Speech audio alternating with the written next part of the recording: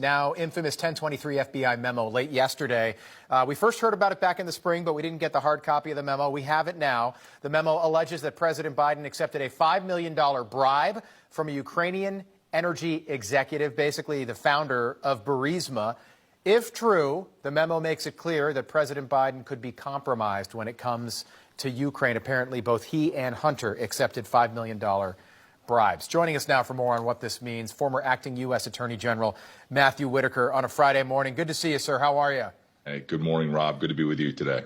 Great to have you back. I'm wondering what you make of this memo. First, you've been there. You know this stuff. Do you think it's legit?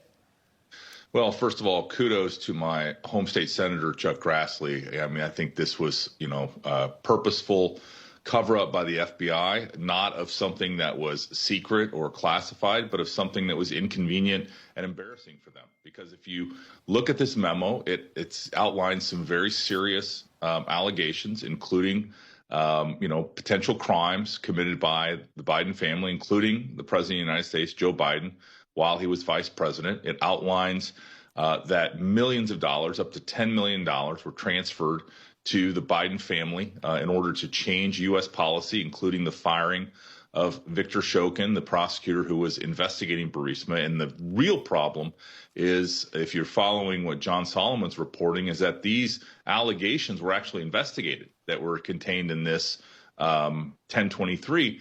And they were confirmed by, in large part, that these large amounts of money were transferred to the Biden family. Yeah. And then in the run-up to the 2020 election, the investigation was stopped and it was never brought up again. And, these are very serious, potential public corruption crimes. They are certainly impeachable offenses.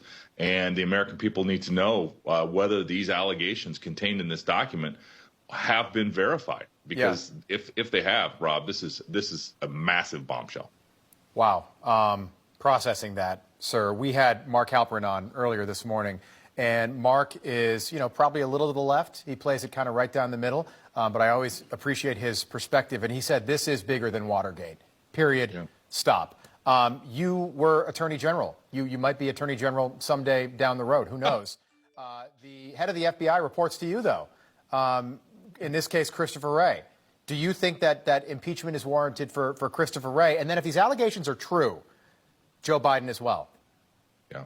So what we don't know and what we immediately need to determine, and Congress has to start bringing witnesses immediately to testify to these matters, is how much of this was verified, and go line by line through this, understand exactly where the money was coming from, and even if necessary, bring these witnesses who are named in this 1023 to Congress and have them explain what, again, they're going to have to build the case, because the American people deserve to have this run to ground. We need to follow regular order. We need to quit targeting political opponents on the right and at the same time giving favors to the Biden family. Because remember, this lack of investigative curiosity is not only in this instance, but it's also in the same instance of Hunter Biden, where, investigative leads, potential charges were ultimately, pushed down and not pursued. And that looks like the same pattern here.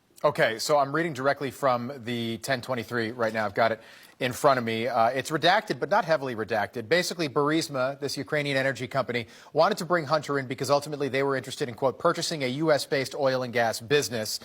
They hired Hunter Biden, quote, to protect us through his dad from all kinds of problems. And additionally, it's extremely common for businesses in Russia and Ukraine to make bribe payments to various government officials. I'm reading directly from the 1023. Mm-hmm. There are also apparently 17 recordings, 2 that feature Joe Biden. Where do you think those recordings are? Do you think we ever get the opportunity to hear what's on them? Well, based on the 1023, they're in the possession, we would expect, of the Burisma executive that paid the bribes. He has them as an insurance policy, and if they exist, I'm sure they will come out. At the end of the day, we've invested a lot of money into this Ukraine war, and Joe Biden has been the one who has been the largest sponsor of that. And we have to ask if it's because of this relationship. And so many of the current administration's policies have been pro-China, pro-Ukraine, and we need to know whether or not that's because they were on the take, if they were being paid by those countries. And I'm with you, by the way, I'm glad that it was Chuck Grassley, because he's somebody that is popular on both sides of the aisle. He's been in the Senate for 40 years now. Matthew Whitaker, we appreciate you being with us this morning. Have a great weekend. Thank you. All right. Thanks, Rob.